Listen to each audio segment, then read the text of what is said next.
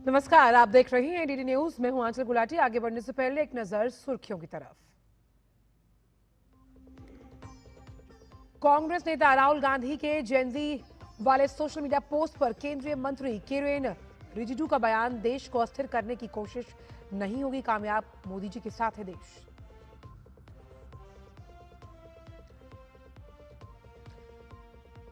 GST reform को लेकर कृषि मंत्री शिवराज सिंह चौहान ने बुलाई ट्रैक्टर और कृषि यंत्रीकरण से जुड़े संगठनों और एशिया कप के अंतिम ग्रुप मैच में आज भारत ओमान की भिड़ंत। सूर्य कुमार की टीम आज कर सकती है बैटिंग ऑर्डर में प्रयोग। ओमान पहली बार करेगी भारत का सामना। और आइए अब जानते हैं सभी खबरों को विस्तार के साथ। केंद्रीय मंत्री किरेन रिजिजू ने नेता प्रतिपक्ष राहुल गांधी के सोशल मीडिया पोस्ट पर दिए एक बयान की निंदा की। राहुल ने कहा था कि देश के युवा, देश के स्टूडेंट्स, देश की जेनजी संविधान बचाएंगे, लोकतंत्र की रक्षा करेंगे और वोट चोरी रोकेंगे। इस पर रिजिजू ने कहा कि देश मोदी जी के साथ है। राहुल गांधी को बार बार जनता नकार रही है, लेकिन वो सच्चाई स्वीकार नहीं कर पा रहे। इस तरह से वो देश को अस्थिर करने की कोशिश कर रहे हैं, जो कभी सफल नहीं होगी। देश मोदी जी का साथ में है, देश का युवा मोदी जी के साथ में है, देश का गरीब, देश का किसान, देश का हर एक लोग मोदी जी को देश का नेता मानते हैं। राहुल गांधी और कोई भी हो, चुनाव बार बार हारने के बाद अपना कमजोरी को छुपा करके सिस्टम को ही अगर गाली देंगे, कोई मानेगा नहीं। देश आज अलग बदल चुके हैं, देश का मिजाज बदल चुके हैं और मोदी जी के नेतृत्व में भारत बहुत आगे बढ़ चुका है। और अब बात करते हैं जीएसटी सुधारों से जुड़ी हुई।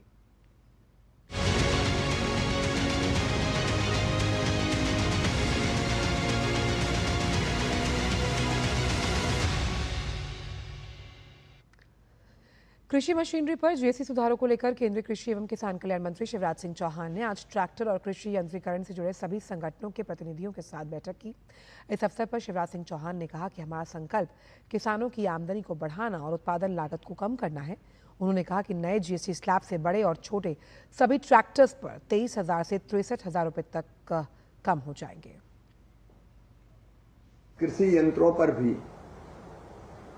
जीएसटी की दरें जो पहले 18 और 12% थी, अब घटा के 5% कर दी गई है और ये घटी हुई दरें 22 सितंबर से लागू हो जाएगी। इसका लाभ सीधा किसान को मिलेगा। हमारा संकल्प है किसान की आमदनी बढ़ाना। उत्पादन बढ़ाने के लिए भी मशीनें जरूरी है। ट्रैक्टर हो, हार्वेस्टर हो, थ्रेसर हो, पावर टिलर हो, छोटी मशीनें हो, ये जरूरी है। लेकिन ये घटी हुई जीएसटी की दरों का लाभ सीधे किसान तक पहुंचे। शिवराज सिंह चौहान ने बताया कि 35 एचपी के ट्रैक्टर पर 41,000 रुपए की बचत होगी, वहीं 75 हॉर्स पावर के ट्रैक्टर पर 63,000 रुपए की बचत होगी। ट्रैक्टर की बात अगर हम करें तो 35 एचपी का जो ट्रैक्टर है, 35 एचपी, उस पर 41,000 रुपये कम होंगे, 41,000। और 75 एचपी, 75 एचपी के ट्रैक्टर पर 63,000 मतलब 63,000 रुपया कम होगा। और जो छोटे ट्रैक्टर है, मतलब जो बागवानी के काम आते हैं, बीच में चलाते हैं छोटे ट्रैक्टर जो निदाई गुड़ाई बाकी सब के, उस पर भी लगभग 23,000 रुपया कम होगा। ऐसे ही अलग अलग धान के रोपण का यंत्र है, जैसे उस पर 15,400 रुपया कम होंगे। वैसे ही अनेकों मशीनें हैं, जैसे 14 फीट कटर बार वाला जो हार्वेस्टर है, उस पर सीधे 1,87,500 रुपया कम होंगे। भारत सरकार ने हाल ही में जीएसटी दरें घटाई हैं, जिसमें दोपहिया वाहन, कारें, ट्रैक्टर, बसें, कमर्शियल व्हीकल्स और ऑटो पार्ट्स सस्ते हो गए। जीएसटी ने हालिया सुधार में ऑटोमोबाइल सेक्टर खासकर छोटी कारों के सेगमेंट को बढ़ावा मिलेगा। चार्टर्ड अकाउंटेंट टी सुरेश का मानना है कि जीएसटी सुधारों के बाद ऑटोमोबाइल सेक्टर में एक बड़ा गेम चेंजर के तौर पर ये साबित होगा। For automobile industry, it's going to be a very, very big game changer because the 28% rate has moved to 18% for the small cars, which is going to reduce the tax rates significantly, and already all car manufacturers announced they're going to pass on. This will have a big impact on the car sales in India and the automobile sector. So even big cars also are going to get a benefit because of the rate rationalization, abolition of cess. I'm sure automobile sector will definitely look for the next 2 years as their greatest ever years.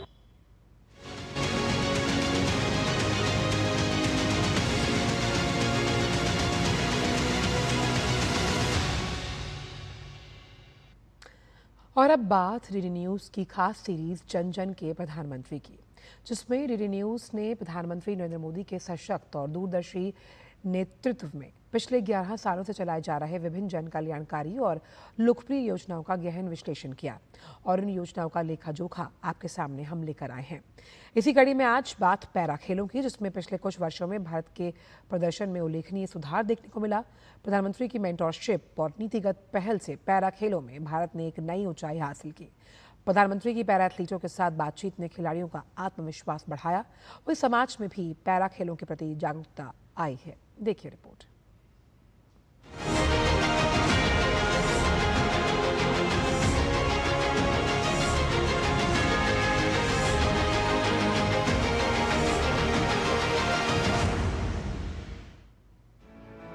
Para खेलों में पिछले कुछ वर्षों में भारत के प्रदर्शन में उल्लेखनीय सुधार देखा गया है।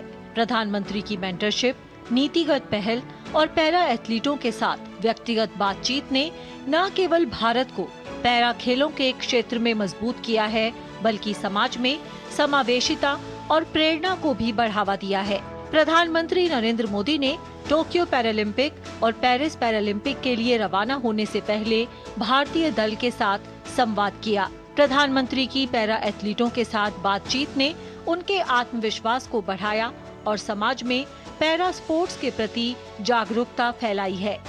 जब हम लोग टोक्यो पैरालंपिक्स के लिए कैंप में थे और हम लोग सब बायो बबल में थे, तब हर स्पोर्ट्स में से कुछ एथलीट्स से मोदी जी इंटरेक्शन कर रहे थे और उसी में उन्होंने ये मोटिवेट करा कि इट डजंट मैटर अगर आप जीतो या आप हारो।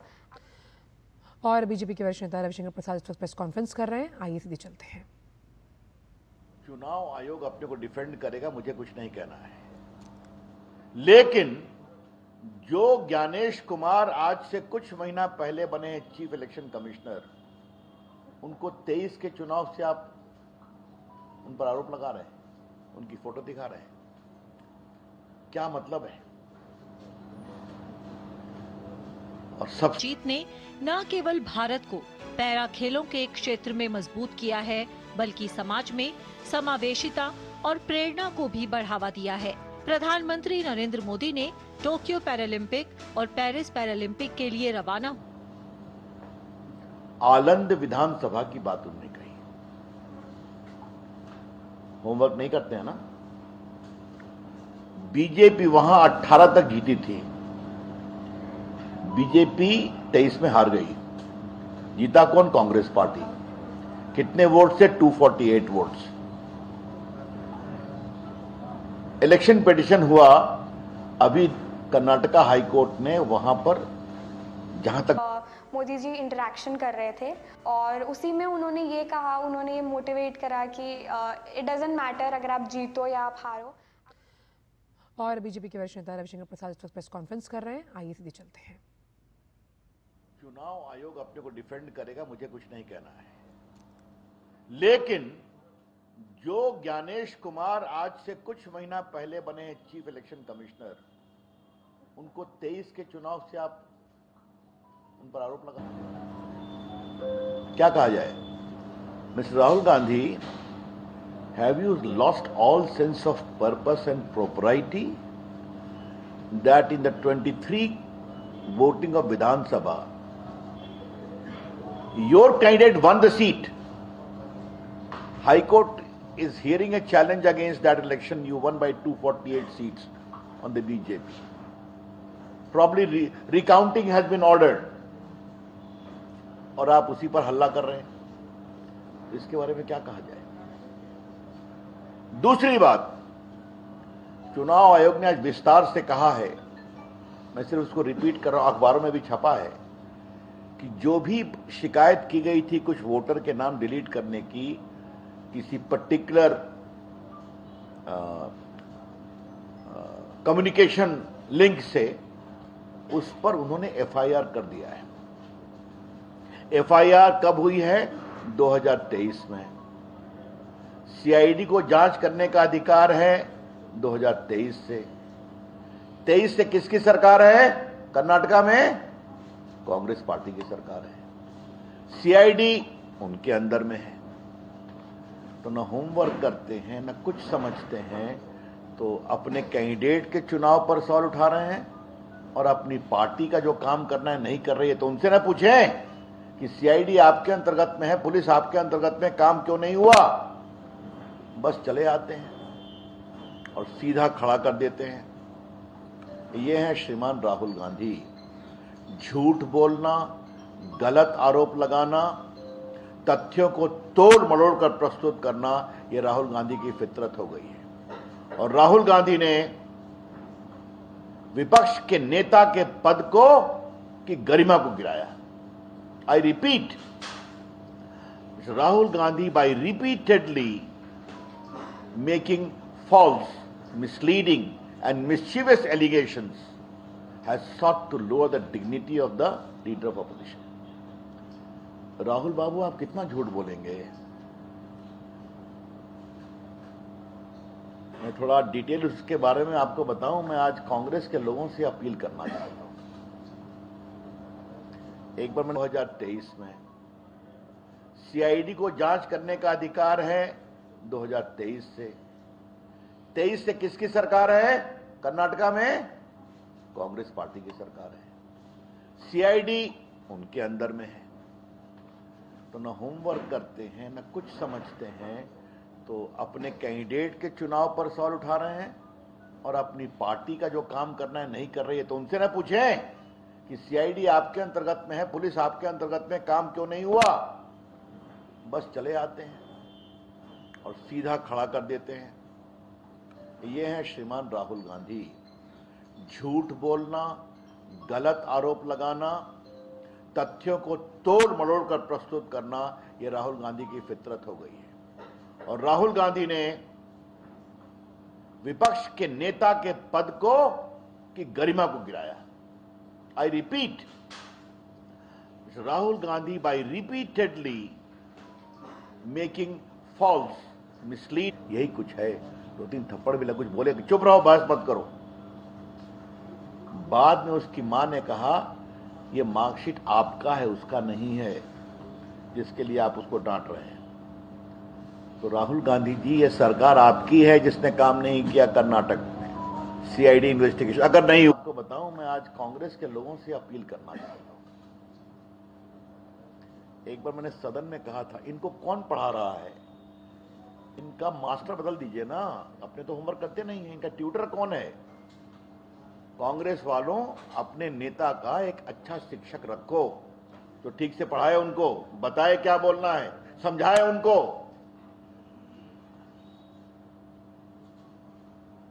आज एक व्यंग करने की इच्छा है,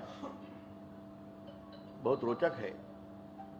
एक बार एक पिताजी अपने बेटे को बहुत डांट रहे थे, क्या तुम करते हो, यही तुम्हारा मार्कशीट है, यही कुछ है। 2-3 थप्पड़ भी लग, कुछ बोले, चुप रहो, बहस मत करो। बाद में उसकी मां ने कहा, ये मार्कशीट आपका है, उसका नहीं है, जिसके लिए आप उसको डांट रहे हैं। तो राहुल गांधी जी, ये सरकार आपकी है जिसने काम नहीं किया कर्नाटक में सीआईडी इन्वेस्टिगेशन। 2018 एप्लीकेशन फॉर्म 7 के बारे में 2 दिसंबर की बात थी, जिसके बारे में कई ऐप, VHA, गरुड़ वगैरह वगैरह को लेकर के शिकायत थी। और इंफॉर्मेशन जो दिया गया उसमें फॉर्म रेफरेंस नंबर, ऑब्जेक्टर का नाम, एपिक नंबर, मोबाइल नंबर, ये सब दिया गया था। मगर इलेक्शन कमीशन ने साफ साफ कहा है कि ऑनलाइन किसी का नाम डिलीट नहीं होता। अब देखिए, मैं आपसे एक बात पूछना चाहता हूं। सारा इंफॉर्मेशन दे दिया गया। सारा का मतलब सारा। सरकार किसकी? राहुल गांधी की पार्टी की। पुलिस किसकी? राहुल गांधी की सरकार की। कब फाइल किया? 23 में फाइल किया। चिल्ला रहे हैं 25 में। और इसका क्या जवाब दिया जाए? क्या जवाब दिया जाए? और जो मैंने आपसे बात बताई थी कि ये भी जानना जरूरी है कि बाकायदे, मैं आपको बता भी देता हूं, जो इलेक्शन पिटीशन हुआ है कि जो कर्नाटका हाई कोर्ट में बाकायदे इसका एक इलेक्शन पिटीशन पेंडिंग है। मैं उसका थोड़ा सा, हाँ, कर्नाटका उच्च न्यायालय न्यायमूर्ति आर देवदास की अध्यक्षता ने कोलार जिले के मालूर निर्वाचन क्षेत्र का प्रतिनिधित्व करने वाले कांग्रेस विधायक के वाई नेवेगौड़ा के चुनाव को 2 दिन पहले ही 25 को रद्द कर दिया और 2023 के विधान में डाले गए मतों को पुनर्गणना का आदेश दिया। ऐसा चल रहा है। अब देखिए, जागरण अखबार लॉ मैंने सबों में छपा है, राहुल जो जानकारी मांग रहे हैं वो 2 साल पहले दे दिया गया। तो भाई, अगर आपकी सरकार काम नहीं करती है तो आप किस पर आरोप लगा रहे हैं? किस पर और क्या आरोप लगा रहे हैं?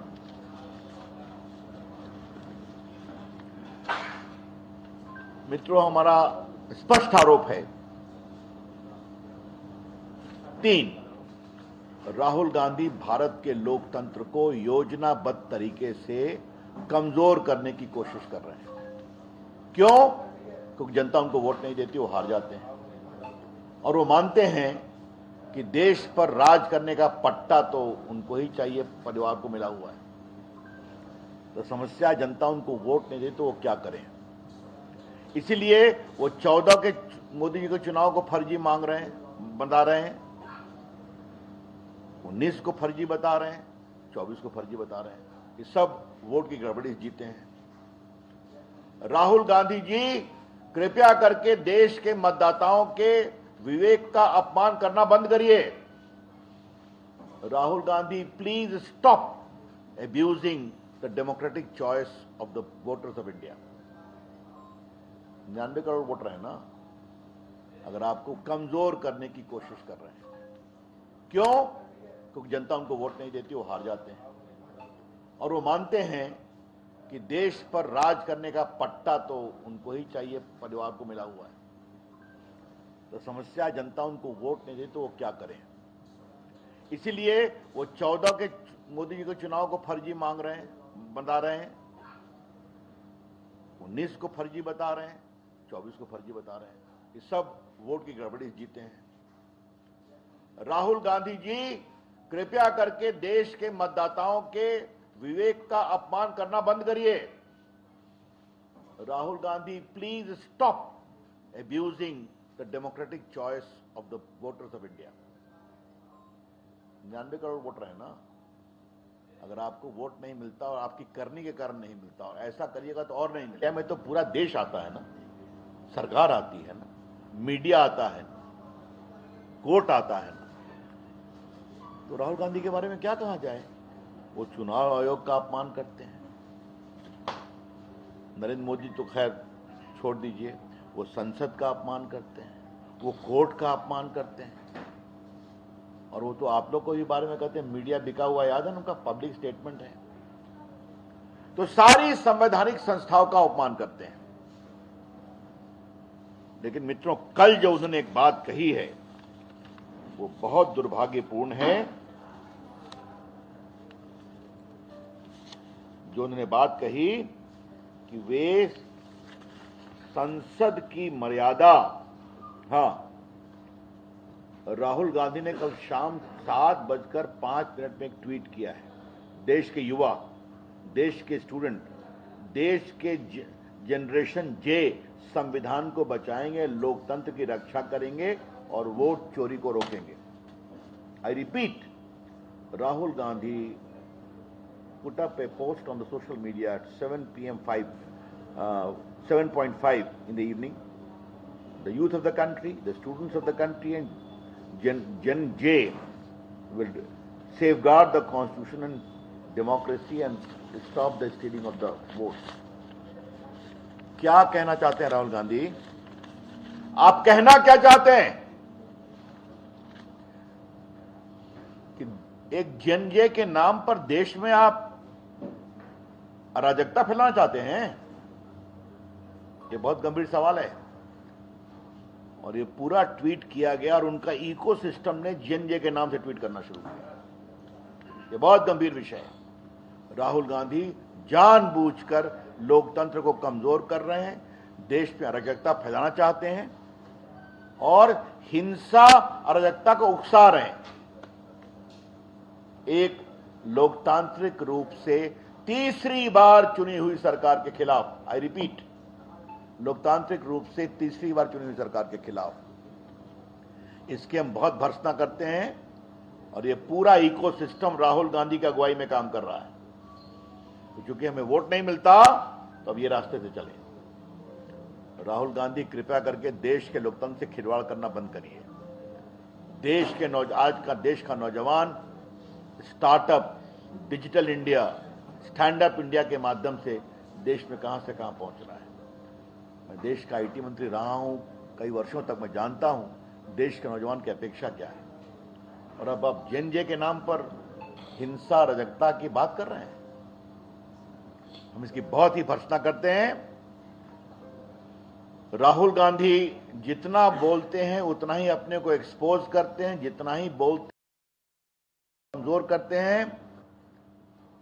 और ये पूरा ट्वीट किया गया और उनका इकोसिस्टम ने जन जे के नाम से ट्वीट करना शुरू किया। ये बहुत गंभीर विषय है। राहुल गांधी जानबूझकर लोकतंत्र को कमजोर कर रहे हैं, देश में अराजकता फैलाना चाहते हैं और हिंसा अराजकता को उकसा रहे हैं। एक लोकतांत्रिक रूप से तीसरी बार चुनी हुई सरकार के खिलाफ, आई रिपीट, लोकतांत्रिक रूप से तीसरी बार चुनी हुई सरकार के खिलाफ इसकी हम बहुत भर्त्सना करते हैं। और ये पूरा इकोसिस्टम राहुल गांधी की अगुवाई में काम कर रहा है। तो चूंकि हमें वोट नहीं मिलता तो अब ये रास्ते से चले। राहुल गांधी कृपया करके देश के लोकतंत्र से खिलवाड़ करना बंद करिए।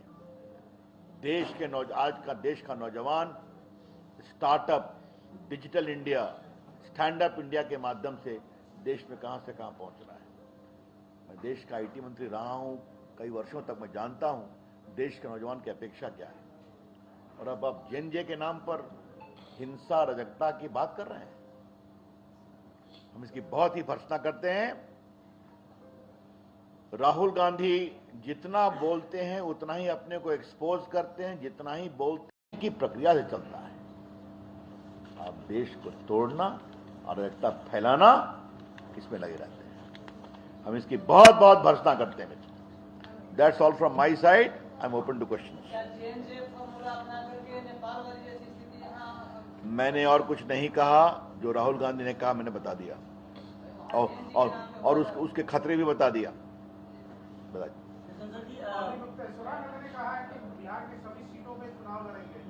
क्या क्या बोल रहे हैं? सवाल ये है कि राहुल गांधी लगातार वोट गरीब का नारा लगा रहे हैं। पिछले बार राफेल चोर का नारा लगाया था, आप लोग वोट गए थे, माफी मंगवाई थी कोर्ट से। इस बार आप लोग वोट नहीं जा रहे हैं, क्या आप लोग को डर है कि कहीं वो सबूत कोर्ट में पेश कर देंगे तो आप लोग का जो करें हो जाएगा? ये क्या बात है भाई? राफेल पर तो चिल्लाते हुए कोर्ट गए थे ना, माफी मांगा राहुल गांधी ने।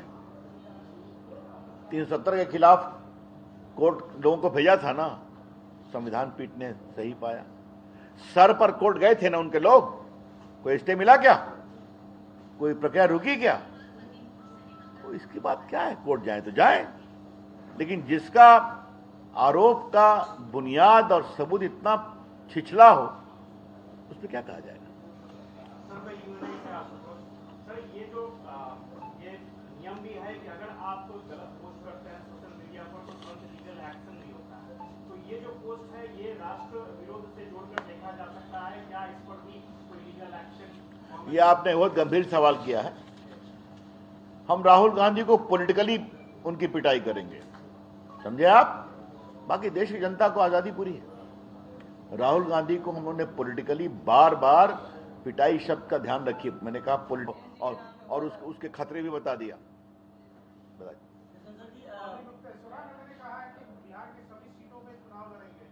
क्या क्या बोल रहे हैं? सवाल ये है कि राहुल गांधी लगातार वोट खरीद का नारा लगा रहे हैं। पिछले बार राफेल शो का नारा लगाया था, आप लोग वोट गए थे माफी मंगवाई थी वोट से।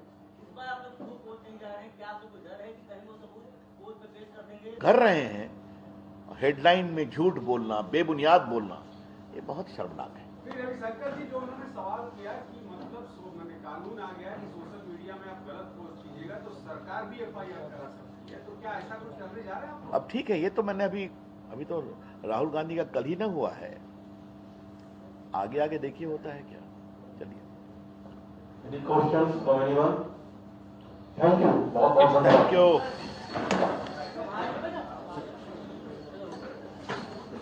ये देखो, अच्छा मित्रों नमस्ते। और आप सुन रहे थे बीजेपी के वरिष्ठ नेता रविशंकर प्रसाद की प्रेस कॉन्फ्रेंस, जहां साफ तौर पर उन्होंने कहा कि जिस तरह से राहुल गांधी चुनाव आयोग को लेकर बयानबाजी कर रहे हैं वो अस्वीकार्य है। भारत का लोकतंत्र कमज़ोर करने में राहुल गांधी लगे हुए हैं, इसका जिक्र भी उन्होंने अपने इस प्रेस कॉन्फ्रेंस में किया। राहुल गांधी मतदाताओं का अपमान करना बंद करें, वो अब नेता प्रतिपक्ष हैं और परिपक्वता के तौर पर अपनी बयानबाजी से वो सामने आए। राहुल गांधी के जेनजी वाले बयान की उन्होंने घोर निंदा की इस प्रेस कॉन्फ्रेंस के जरिए। उन्होंने कहा कि जेनजी के नाम पर अराजकता फैलाना चाहते हैं राहुल गांधी, और राहुल गांधी लोकतंत्र से लगातार खिलवाड़ कर रहे हैं और जिस तरह से वोटिंग पैटर्न को लेकर वो भ्रम फैला रहे हैं जिसमें सत्य और तथ्य है ही नहीं, क्योंकि राहुल गांधी ने नेता प्रतिपक्ष पद की गरिमा को भी गिराया है, क्योंकि वो खुद के ही उम्मीदवार पर कहीं ना कहीं सवाल उठा रहे हैं और अपनी पार्टी के अंदर की रार को नहीं समझ पा रहे। अगर उनकी पार्टी काम नहीं कर रही तो ये बहुत बड़ी प्रॉब्लम है और ये उनको खुद ही सॉल्व करनी होगी।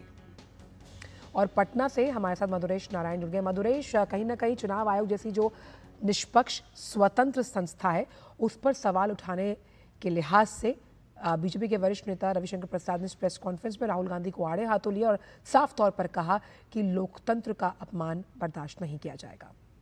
हाँ, निश्चित रूप से देखिए, जिस तरीके से रविशंकर प्रसाद ने राहुल गांधी के सवालों का करारा जवाब दिया है, वो निश्चित रूप से राहुल गांधी को भी एक बार सोचना चाहिए और उनको एक, जैसा कि रविशंकर प्रसाद ने भी कहा कि एक बार रिसर्च कर करके उनको आना चाहिए, क्योंकि जिस विधानसभा के बारे में वो बात कर रहे हैं उस विधानसभा में वर्तमान में वही जीते हुए 2018 में बीजेपी वहां से जीती थी, जबकि 2023 में अभी वो सीट कांग्रेस के पास है और वो इस तरीके से कहीं ना कहीं अपने ऊपर ही खुद ही सवाल उठा रहे हैं।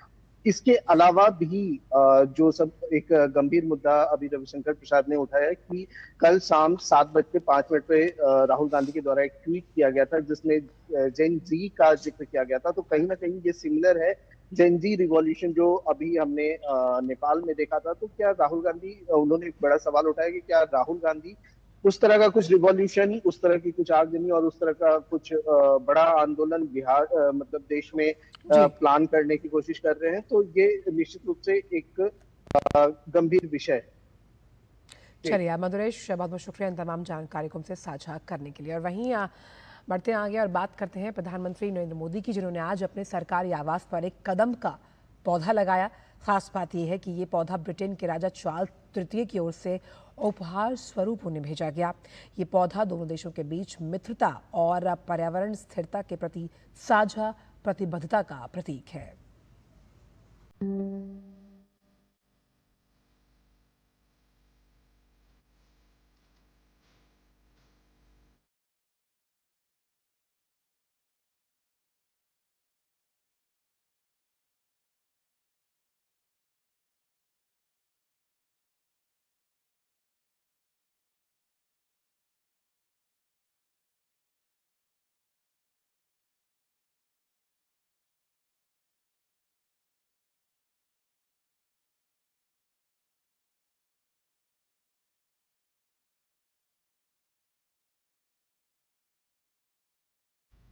फिलहाल समाचारों में इतना ही, दीजिए इजाजत, नमस्कार।